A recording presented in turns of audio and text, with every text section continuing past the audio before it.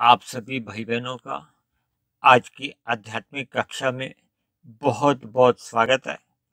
आज की चर्चा का विषय है मनुष्य जीवन, जिसको हमने दो अलग शब्दों के साथ परिभाषित किया है। एक में हमने लिखा है प्रारब्ध और दूसरे में हमने लिखा है पुरुषार्थ। क्योंकि आप और हम सब भाई बहन मनुष्य श्रेणी में आते हैं, क्योंकि शास्त्रों में तो 84 लाख प्रकार की जोनियां बताई गई हैं, लेकिन उन 84 लाख प्रकार की जोनियों में केवल और केवल मनुष्य जोनि को ही एक विशेष दर्जा दिया गया है। क्योंकि मनुष्य जोनि में ही एक अवसर है, क्योंकि मनुष्य जोनि को ही भोग जोनि के साथ साथ कर्म जोनि भी कहा गया है और विशेष रूप से साधना जोनि भी कहा गया है। क्योंकि 84 लाख जोनियों की जितनी भी श्रेणियां हैं, जितने भी जीव हैं, उन सभी जोनियों में सभी जीव अपने अपने प्रारब्ध के अनुसार अपना अपना जीवन व्यतीत करने को बाध्य होते हैं। चाहे वो मनुष्य से नीचे की जोनियां हो, चाहे वो मनुष्य से ऊपर की जोनियां हो। हालांकि मनुष्य से नीचे की जोनियों में पाप कर्मों का यानी कि दुख रूपी फलों का अधिक भोग होता है, जबकि मनुष्य से ऊपर की सभी जोनियों में सुख रूपी फलों का, या मैं तो यूं भी कहूंगा कि शास्त्रों में तो ऐसे ऐसे वर्णन पढ़ने में आते हैं कि ऊपर की जोनियों में एक विशेष प्रकार के या उच्च कोटि के सुखों को ही भोगा जाता है। हालांकि हम संसार में भी ऐसे उच्च कोटि के भोग भोगते हुए कुछ लोगों को देखते ही हैं। शास्त्रों में तो एक स्वर्ग शब्द आता है और एक नरक शब्द भी अक्सर प्रयोग में आता है। देखिए, जब पदार्थों की एक बहुत ही अधिक न्यूनता देखी जाती है, यानी कि एक आवश्यकताओं की पूर्ति भी नहीं हो पाती, तो उसी अवस्था को आप नरक से जोड़ सकते हो। और इसी तरह जब जब मनुष्य के पास विशेष प्रकार के सुख सुविधा के साधन रहते हैं और उनकी बहुत ही प्रचुर मात्रा बनी रहती है, स्वस्थ शरीर है, सभी प्रकार के भोग उपलब्ध हैं और ज्ञान की भी स्थिति है, तो ऐसी अवस्था को आप स्वर्ग की संज्ञा भी दे सकते हैं। लेकिन दोनों ही स्थितियों में, यानी कि जब नरक की स्थिति रहती है या स्वर्ग की स्थिति रहती है, दोनों ही स्थितियों में हम अपने वर्तमान युग में भी देख सकते हैं कि दोनों ही स्थितियों में रहने वाले मनुष्यों की परमात्मा के प्रति कोई एक विशेष रुचि सामान्यतः देखी नहीं जाती। हालांकि मनुष्य योनि में परमात्मा ने एक अवसर दिया है साधना करने का, क्योंकि मनुष्य योनि में पुरुषार्थ का अर्थ साधना से भी लिया जाता है और नए जो कर्म हम करते हैं, क्योंकि मनुष्य योनि में ही किए गए कर्म लिखे जाते हैं। जबकि मनुष्य से नीचे की जितनी भी योनियां हैं, वे प्रकृति की प्रेरणा से अपना केवल प्रारब्ध ही भोगते हैं। प्रारब्ध का जहाँ अभिप्राय है जाति, आयु और भोग। देखिए, जाति तो जन्म से ही निश्चित हो जाती है, इसमें तो कोई बाद में कोई परिवर्तन संभव ही नहीं है। अगर कोई कुत्ता जोनी में आया तो वो मरते दम तक कुत्ता ही रहता है। इसी तरह हम मनुष्य जोनी में जन्म लेकर मरते दम तक मनुष्य जोनी में ही रहते हैं। लेकिन जो हमारी आयु है और भोग है, ये इनमें थोड़ी सी विभिन्नता आ सकती है। देखिए, जब जब मनुष्य भोग में अधिक लिप्त रहता है तो उसकी आयु क्षीण हो जाती है, कमजोर हो जाती है, क्योंकि भोगने में हमारी सांसें तेज चलती हैं। क्योंकि हम सभी मनुष्य जितनी भी जो आयु लेके आते हैं, उसका अभिप्राय सांसों से होता है। जब जब मनुष्य योग की स्थिति में रहता है तो वो अपनी पूर्ण आयु को जी पाता है। जब जब मनुष्य भोग की स्थिति में अपना जीवन व्यतीत करता है तो उसकी सामान्यतः आयु कम हो जाती है। हालांकि हमारा कहीं ये उल्लेख तो कहीं नहीं मिलता कि किस मनुष्य की कितनी कितनी आयु है और कितनी उसकी इन भोगों के कारण कम होगी। लेकिन ऐसा संगति लगाई जाती है, ऐसा अनुमान लगा लिया जाता है, क्योंकि इस बात को एक वैद्य या डॉक्टर भी स्वीकार करता है कि जब जब मनुष्य आवश्यकता से अधिक पदार्थों का भोग करता है तो फिर हमारी जो सांसें हैं वो थोड़ी सामान्य से तेज गति से चलती हैं। हालांकि आज हमारा ये कोई विषय नहीं है।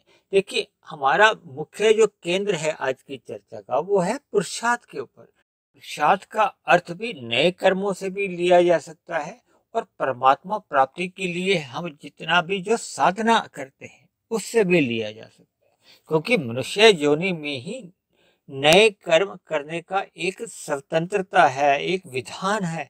क्योंकि मनुष्य योनि में ही हम जितने भी सकाम भाव से कर्म करते हैं वो लिखे जाते हैं, यानी कि उनका एक समय अंतराल के बाद उन किए गए पाप कर्मों का हो चाहे वो पुण्य कर्मों का फल हमें भोगना ही पड़ता है। देखिए, मनुष्य से नीचे की योनियों में जो दुख रूपी फल भोगे जाते हैं वो हमारे मनुष्य योनि में किए गए पाप कर्मों का ही फल होता है। इसी तरह मनुष्य से ऊपर की योनियों में जितने भी विशेष सुख भोगे जाते हैं वो भी मनुष्य योनि में ही किए गए उच्च कोटि के पुण्य कर्मों का ही फल होता है। जबकि मनुष्य योनि में प्रारब्ध रूपी सुख दुख रूपी फल भी भोगे जाते हैं, और नए पुरुषार्थ द्वारा जो नए कर्म किए जाते हैं उनका भी जो फल उसी जीवन में मिल जाता है तो उनको भी भोगा जाता है। क्योंकि कर्म और फल के बीच में एक समय का अंतराल होता है। जैसे हम कोई फसल बोते हैं, यानी कि बीज बोते हैं, तो उसका फल आने में समय लगता है। किसी का हफ्ते में फल आता है, किसी का 15 दिन में, महीने में, 1 साल में।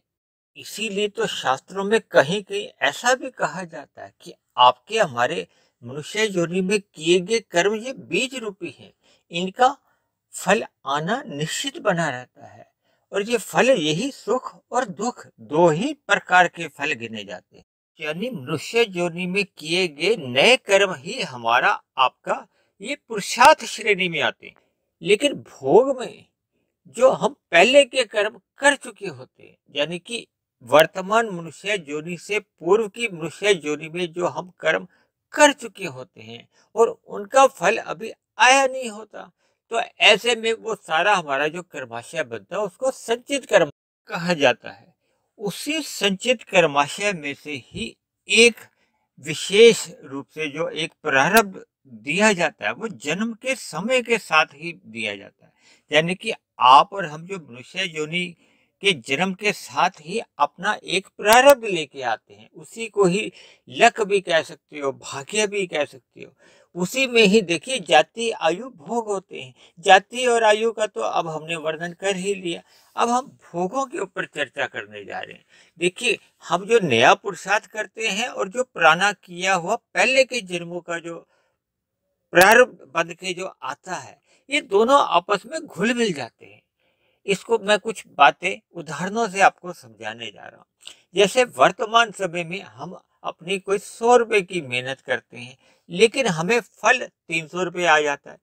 तो ऐसे में कर्म के सिद्धांत के अनुसार 100 रुपये की मेहनत करने पे या कर्म करने पे तो 100 रुपये का ही फल आना है, जबकि फल आ गया 300 रुपये। तो ऐसे में जो अतिरिक्त 200 रुपये का जो फल है वो पूर्व के प्रारब्ध में से आया है। यानी कि प्रारब्ध का जो सुख रूपी फल जो अतिरिक्त रूप में जो 200 रुपये आता है वो प्रारब्ध का ही फल होता है।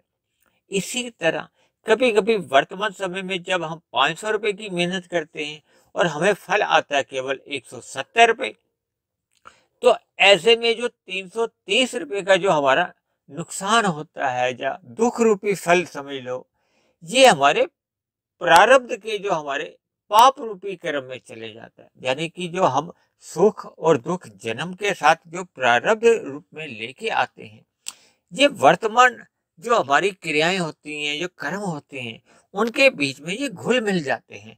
इसीलिए हम वर्तमान समय में कई बार देखते हैं ना, कोई मनुष्य कम मेहनत करता है तो उसका बिजनेस बहुत ज्यादा फैल जाता है, और कोई कोई मनुष्य बहुत अधिक अपने व्यवसाय में मेहनत करता है तो उसको फल ही नहीं आता, घाटा ही आता जाता है। तो ये सभी परिस्थितियां प्रारब्ध के अंतर्गत ही ये बनती भी हैं, स्वीकृति भी हैं, यानी कि लाभ हानि देती हैं, या दूसरे शब्दों में आप ये कह लो कि सुख दुख देती हैं।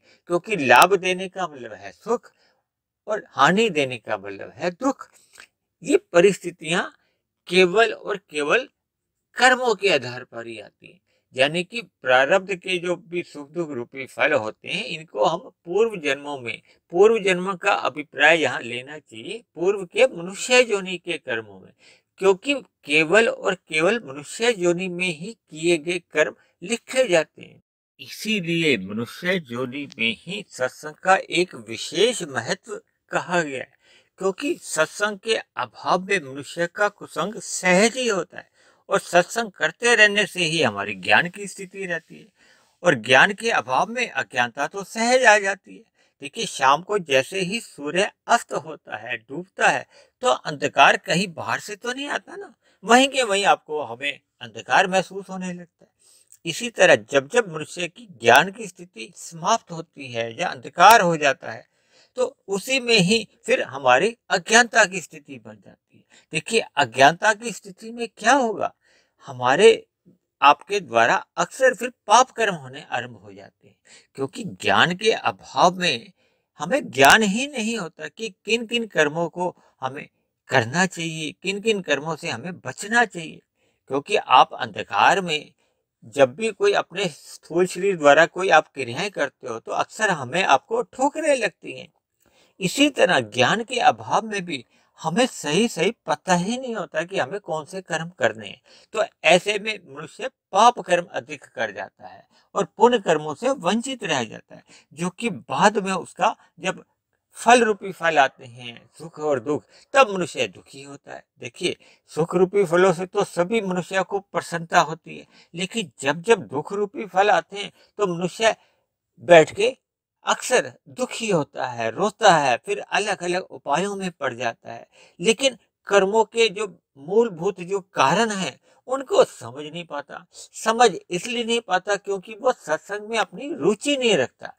परमात्मा का ज्ञान या प्रकृति के कर्मों के रहस्य को सही सही समझ नहीं पाता। और ऐसे में तो अक्सर मैंने ऐसा समाज में देखा है कि लोग अपनी बनी हुई जन्म पत्री को लेकर इधर उधर भटकते हैं, और फिर उस भटकाव में आकर पता नहीं क्या क्या कर जाते हैं, जबकि कर्मों के मूलभूत रहस्यों को समझ ही नहीं पाते। देखिए, शास्त्रों में बार बार इस बात का आगाह किया गया है कि ये करो, ये मत करो, ये करो, ये मत करो। लेकिन कर्म करने से पूर्व अक्सर मनुष्य इन बातों की अवहेलना कर जाता है, इनके प्रति उदासीन रहता है। तो ऐसे में उससे पाप कर्म सहज ही होने लगते हैं, क्योंकि मनुष्य का रजोगुण में जब जब इन भौतिक भोगों के प्रति आकर्षण बना होता है। मैंने तो अक्सर अपनी चर्चाओं में रजोगुण को एक धुंध से जोड़ा है, क्योंकि धुंध में क्या है, हमें केवल अपने अपने स्वार्थ की ही चिंता रहती है। यानी कि हमें धुंध में बहुत अधिक दूर का नहीं दिखाई देता, ज्यादा से ज्यादा 10 फीट, 20 फीट, 50 फीट तक हमें दिखाई देता है। यानी कि हमें ऐसे में स्वयं का सुख या अपने परिवार वालों का ही सुख नजर आता है। तो फिर ऐसे में मनुष्य अन्य जीवों के साथ छल कपट, ठगी, हेरा फेरी जैसे अन्यायपूर्ण कर्म कर जाता है, हिंसात्मक बन जाता है। तो फिर जो रजोगुण से तमोगुण में गिर जाता है। और दूसरी बात, जब जब मनुष्य रजोगुण में भोगों में असत हो जाता है, तो फिर ऐसे में प्रकृति के भोग उसको प्रमाद में ले आते हैं। प्रमाद में रहने से भी उसको परमात्मा का जो ज्ञान विज्ञान है, वो भी उसका धुंधला पड़ने लगता है। कुल मिलाकर उसका रजोगुण में ज्ञान धुंधला रहता है। ज्ञान की स्थिति तो सतोगुण में आखिर बनती है। जब जब मनुष्य सतोगुण में स्थित होता है, यानी कि परमात्मा का सत्संग करता है, और जैसे जैसे सत्संग करते करते वो सतोगुण से विशुद्ध सतोगुण यानी कि परमात्मा की ओर सम्मुख होता है, तब तब उसकी फिर आध्यात्मिक यात्रा आरंभ होती है। जैसा कि हमने आरंभ में भी कहा था कि मनुष्य योनि केवल भोग योनि नहीं है, कर्म योनि की भी प्रधानता है, और विशेष रूप से तो साधना योनि की इसलिए प्रधानता है क्योंकि मनुष्य योनि के में ही हम परमात्मा को जान सकते हैं, समझ सकते हैं और परमात्मा को पा सकते हैं। ये तो तभी संभव होता है ना, जब हम पुरुषार्थ में साधना को अधिक महत्व देते हैं। देखिए, जब जब हम पुण्य कर्म करते हैं, वो पाप कर्मों से तो अच्छे माने जाते हैं, क्योंकि लिखे जाते हैं। क्योंकि मनुष्य योनि में हम पुरुषार्थ में अगर पाप कर्म करते हैं, तो उनका दुख रूपी फल आएगा। यदि हम पुण्य रूपी कर्म करते हैं, तो उनका सुख रूपी फल आएगा। लेकिन ये पाप कर्मों से तो पुण्य कर्म अच्छे माने ही जाते हैं, क्योंकि तमोगुण से रजोगुण अच्छा माना जाता है और रजोगुण से भी अच्छा सतोगुण माना जाता है और सतोगुण से भी और अधिक अच्छा विशुद्ध सत्वगुण जो कि परमात्मा के लिए कहा जाता है। क्योंकि मनुष्य योनि की श्रेष्ठता तो इसी बात में है कि मनुष्य योनि पाकर हम परमात्मा की ओर सम्मुख हो जाएं, ताकि प्रकृति से हमारी विमुखता आ जाए, जब प्रकृति के भोगों के प्रति हमारा वैराग्य जाग जाए। यही मनुष्य योनि का एक पुरुषार्थ का महत्व है। यानी कि पुरुषार्थ में हमने एक साधना को अधिक महत्व देना है और ये साधना को अधिक महत्व देने का अभिप्राय है कि जब हम अपने किए गए कर्मों में निष्कामता ले आते हैं। देखिए, जब जब मनुष्य के कर्मों में सकामता बनी रहती है तो उसका प्रकृति के भोगों के प्रति आकर्षण बना ही रहता है। तब तब फिर मनुष्य की परमात्मा के प्रति एक सहज प्रीति हो नहीं पाती। उसकी कभी प्रकृति के भोगों में आसक्ति बन जाती है तो कभी परमात्मा में कभी कभी प्रीति जग जाती है। या आसान शब्दों में आप यूं भी समझ सकते हो कि सत्संग के प्रभाव से मनुष्य में परमात्मा के प्रति रुचि जग जाती है। लेकिन जब जब हम संग में अधिक रुचि रखते हैं तो फिर ऐसे में कुसंग का प्रभाव अपना रंग दिखाने लगता है। फिर वो हमें संसार में इस तरह से डुबो देता है कि मनुष्य को स्वयं भी पता नहीं चलता। यानी कि मनुष्य का जीवन जो एक हमें निश्चित आयु लेकर मिला है वो कब हमारा हाथ से समाप्त हो जाता है, यानी कि हम अपनी मृत्यु को प्राप्त हो जाते हैं। यानी कि हमारा मिला हुआ जीवन का जो एक अवसर होता है ये हमारे हाथ से यूं ही चले जाता है। इसलिए मेरी आप सभी भाई बहनों से विनती है कि मिले हुए जीवन में सत्संग करते रहिए, ताकि सत्संग करते रहने से हमारा कुसंग से सहज ही वैराग्य होने लगता है। तो कुसंग कम होने से फिर हमारा भोगों की तरफ जो एक आकर्षण बना होता है उसमें एक शिथिलता आने लगती है। फिर धीरे धीरे परमात्मा की ओर हमारा पलड़ा अधिक झुक जाता है, यानी कि झुकाव हो जाता है। देखिए, हमारे कारण शरीर में जब जब 51% से अधिक शुभ संस्कार बनने लगते हैं। शुभ संस्कार क्या है? देखिए, जब जब मनुष्य सत्संग करता है तो उसके अंदर शुभ संस्कार बनते हैं। और अगर हमारे कारण शरीर में या स्वभाव में प्रकृति के भोगों का आकर्षण अधिक बना हुआ है तो फिर ऐसे में सहज ही इन संसारी भोगों के प्रति कहो या संसारी आकर्षणों में या प्रकृति के जो 5 विषय भोग हैं, गंध, रस, रूप, स्पर्श और शब्द, फिर मनुष्य का इनकी ओर ही झुकाव बना रहता है। और यही झुकाव मनुष्य को कभी कभी रजोगुण में रखते हैं और कभी कभी तमोगुण में गिरा देते हैं। और मनुष्य के संचित कर्मों में जब जब पुण्य कर्मों की न्यूनता रह जाती है और पाप कर्मों की अधिकता हो जाती है तो फिर ऐसे में मनुष्य के मरने के बाद फिर नीचे की जोनियों में जन्म लेना ही पड़ता है। इसलिए मेरी आप सभी भाई बहनों से विनती है कि जीवन में सत्संग करते रहना अपना स्वभाव बनाए, ताकि ज्ञानमय स्थिति में रहें, ताकि हमारे पुरुषार्थ में भी केवल और केवल शुभ कार्य ही हों, शुभ कर्म ही हों और हम पाप कर्मों से भी बचते जाएं। और दूसरी बात, हमारे पुरुषार्थ में साधना को अधिक से अधिक महत्व तभी मिलता है जब मनुष्य सत्संग निरंतर दीर्घ काल तक करता रहता है। जबकि समाज में अक्सर ऐसा देखा जाता है कि मनुष्य सत्संग करता तो है लेकिन उसकी भोगों में रुचि अधिक बनी रहती है, जिसके फलस्वरूप उसको सत्संग में मन लगता नहीं है। ये दूसरे आसान शब्दों में आप यूं भी समझ सकते हो कि अक्सर एक संसारी मनुष्य का सत्संग बेमन से होता है। बेमन से सत्संग होने पर फिर किया गया सत्संग का चिंतन नहीं हो पाता, मनन नहीं हो पाता, जिसके फलस्वरूप उसके कारण शरीर में सत्संग के संस्कार नहीं बन पाते। देखिए, सत्संग के संस्कार बनने पर ही हमारे जीवन में एक सकारात्मक परिवर्तन आते हैं। तो मेरी आप सभी भाई बहनों से विनती है कि जीवन में सत्संग को अधिक महत्व दीजिए, ताकि हमारी जो साधना है उसमें एक गति आ जाए, उसमें एक गति इतनी तेज आ जाए कि मनुष्य को मरने के बाद पुनः से कम मनुष्य योनि की प्राप्ति तो अवश्य ही हो। क्योंकि मैं तो अक्सर इस बात को भी जोर देकर बार बार कहता रहता हूँ कि भौतिक जगत में एक साधारण मनुष्य जितनी भी भौतिक उन्नति कर लेता है वो मरने के साथ ही समाप्त समझी जाती है, जबकि आध्यात्मिक उन्नति में हम जितनी भी प्रगति कर लेते हैं वो हमारी सुरक्षित बनी रहती है। यानी कि अगले मनुष्य योनि में वो की गई जो सुरक्षित आध्यात्मिक उन्नति है वो मनुष्य को सहज ही मिल जाती है। जैसे क्रिकेट में आप देखते हो ना, कोई आज शाम को नॉट आउट रहा था, जितने रन उसने बना लिए थे तो अगले दिन वो पुनः जब खेलने आता है तो उसी रन से आगे उसको अपना रन बनाने होते हैं। यानी कि हमारी आध्यात्मिक उन्नति में भी एक ऐसी ही गति बनी रहती है। इसलिए मेरी आप सभी भाई बहनों से विनती है कि जीवन में सत्संग करते रहिए, ताकि आपके जीवन में शुभ स्थितियां बनती रहें, आपकी आध्यात्मिक उन्नति निरंतर बनी रहे। तो आज की चर्चा को अब हम यही विश्राम देते हैं।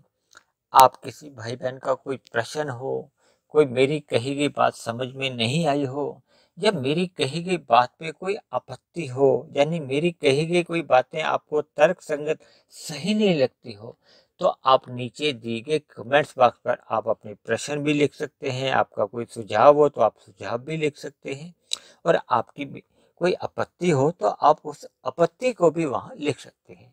और यदि मेरे बने हुए ये वीडियो आपके दिल को छूने लगे हों, आपके ज्ञान में वृद्धि होने लगी हो, परमात्मा में आपकी प्रीति जग गई हो, आपके कर्मों में सुधार आना लगा हो, आपकी दिनचर्या में सकारात्मक परिवर्तन आने लगे हों, तो मेरी आप सभी भाई बहनों से विनती है कि आप मेरे इस आध्यात्मिक ज्ञानात्मक चैनल को सब्सक्राइब करें।